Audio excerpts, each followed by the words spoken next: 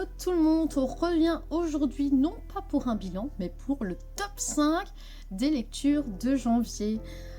Ce fut très compliqué. Donc si vous avez vu mon bilan précédemment, vous savez qu'il y avait quand même de très bonnes lectures dans le tas. Ce fut compliqué de choisir, mais finalement j'ai réussi à faire un top de ces lectures. Très compliqué, mais j'y suis arrivée. Alors, en dernière position, en 5e position, nous avons moi, Cléopâtre, dernière reine d'Égypte de chez Dargaud. Tout simplement parce que je suis fan de ce personnage historique, j'adore l'histoire et je trouve que c'était très bien agencé. Donc on retrouve Cléopâtre qui est aujourd'hui un esprit qui sort de ce mausolée pour nous raconter sa vie et j'ai trouvé ça très bon en fait. Pour quelqu'un qui connaît pas forcément l'histoire de Cléopâtre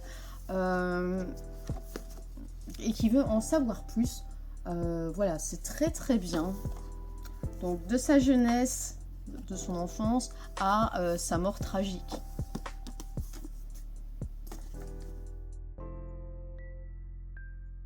Ensuite, en numéro 4, nous avons le tome 2 de PTSD Radio. Donc le tome 1 était absolument génial. Nous avons des histoires qui s'enchaînent, on a l'impression qu'elles n'ont pas de lien. Mais finalement, vous avez chaque fois ce nom qui revient. Nous avons Oguchi. C'est assez mystérieux. Ça a l'air vraiment comme si quelque chose avait mal tourné à un moment donné avec cette divinité et que les esprits étaient revenus pour semer le chaos. Alors là, j'essaie de vous montrer une page. Voilà, par exemple, le style d'image qu'on peut recevoir, c'est très expressif. Si vous aimez Junji Ito, c'est parfait, hein, vous allez adorer. Ça, c'est clair. Je ne peux que vous le conseiller. Le tome 1 était génial, le tome 2 l'est encore plus. Et je pense que nous allons continuer sur cette lancée. Donc vraiment, n'hésitez pas. Ma lecture numéro 3 de ce mois-ci, c'est Beneath the Tree Where Nobody See. Alors mon anglais est toujours merveilleux comme d'habitude, mais j'ai surkiffé cette lecture. Donc nous avons cette ambiance à la Dexter dans un monde très cute avec ce petit nounours qui a l'air bien sous tout rapport, qui s'entend très bien avec les gens du village. Mais cette personne a une règle, c'est de ne pas tuer dans sa ville. Donc, chaque mois, elle s'en va pour justement s'adonner à son bis, puisque c'est une psychopathe. Voilà. Sauf que il va se passer un truc tragique, c'est que quelqu'un de sa ville va être tué et qu'elle va vouloir absolument savoir qui c'est, et donc elle va mener l'enquête, justement pour pas qu'on sache ce qu'elle fait elle-même. Voilà, c'était super bien. Très bonne lecture, je pensais lire que quelques pages et finalement j'ai plongé dedans et je l'ai dévoré. Donc voilà, tel un ours sur un morceau de viande. Lecture numéro 2, et là on passe à un roman, Le Roi au cœur de pierre. Alors pourquoi j'ai autant aimé? Parce qu'on est sur quelque chose de romantique, mais aussi un peu dark romance par moment. Donc on a un enemies to lover entre Lorgane et Lilith qui tombent amoureux petit à petit, bien entendu, hein, on s'y attend, hein, je vous ai pas spoilé, c'est le genre d'histoire que vous connaissez par cœur, ça a l'air très classique, mais ce que j'ai surtout aimé et qui m'a vraiment fait du bien à mon moral, parce que je pense que c'est ça, pour ça que je le mets en numéro 2, c'est que les dialogues sont vraiment incroyables. Cette joute de dialogue entre les deux personnages, c'était savoureux à souhait. J'ai aimé, c'était romantique, c'était incroyable, c'était parfois sensuel et du coup j'ai surkiffé ma lecture. Donc voilà, si le roman je lis en moins d'une semaine, c'est que c'est un coup de cœur, sinon généralement je lis pas aussi vite.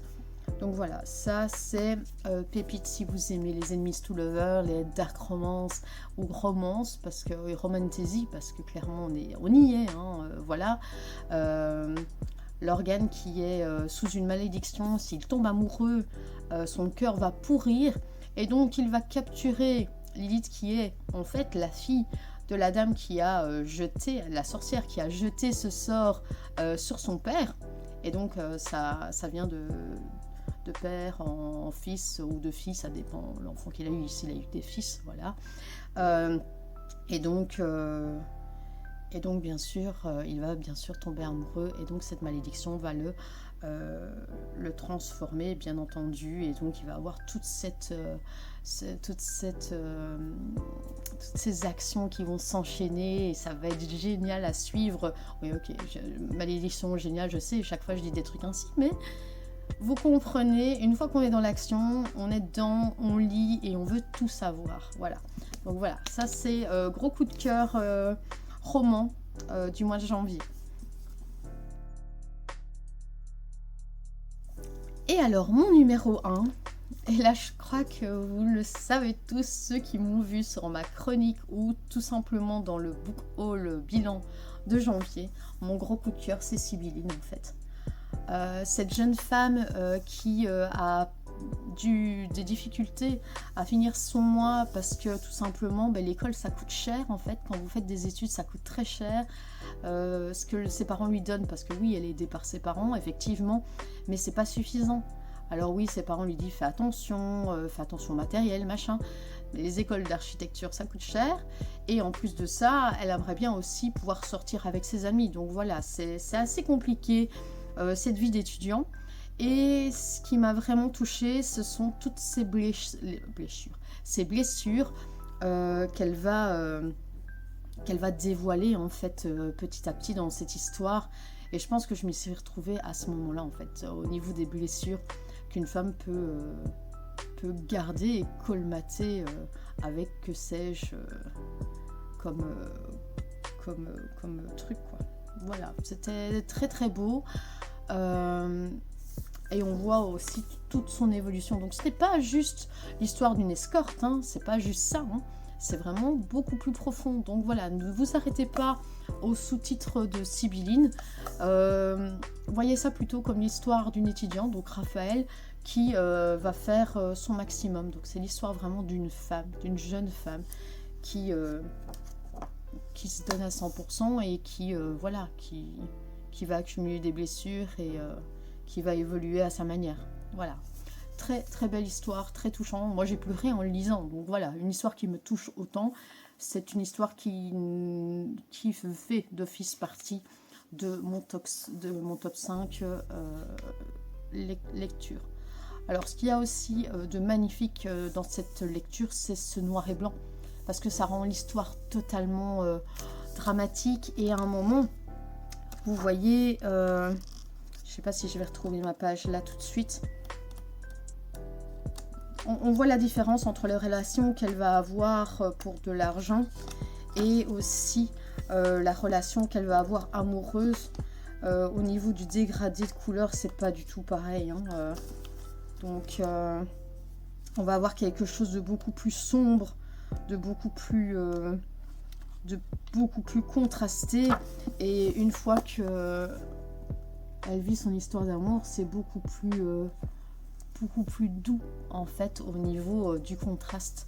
Voilà, c'est un magnifique coup de cœur. Je pense que c'est une histoire qui va vraiment rester, voilà, parce qu'il y a des histoires que vous n'avez plus lues peut-être pendant des années, mais que vous savez parfaitement raconter à tout moment, parce que c'est des histoires qui vont vous marquer plus qu'une autre. J'ai ça avec un livre de chez Urban. C'est Celui que tu aimes dans les ténèbres. Ça c'est aussi une lecture qui m'a vachement marquée, et je pense aussi que c'est pour ça que j'aime autant par exemple Urban. Donc voilà, là chez Glénat je pense que ça va être une de mes lectures préférées. Voilà pour terminer ce bilan des 5 lectures. Alors oui, Il y avait d'autres lectures que j'ai adorées, ça je ne peux pas vous dire le contraire. Il y avait Carmen, il y avait La Route, il y avait Tanis. Mais voilà, j'ai dû faire un choix et dans mes choix, c'était vraiment ceux qui m'ont le plus marqué. J'ai hésité entre Tanis et Cléopâtre, ça c'est clair. Mais au niveau de ce que moi, je préfère, je pense que Cléopâtre a toujours fait partie de mes personnages historiques favoris et qui ont fait que j'ai autant aimé l'histoire et la mythologie en fait égyptienne. Donc voilà, je ne pouvais pas ne pas la mettre dans ce top 5 de mes lectures de janvier. Donc voilà, voilou. Je vous laisse, n'hésitez pas à me dire quelles ont été vos 5 lectures préférées de janvier. Peu importe, hein, comics, romans.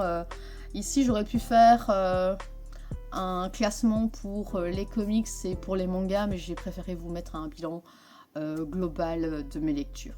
Voilà, voilou. Je vous souhaite une bonne semaine. Bisous à tous. Bye bye.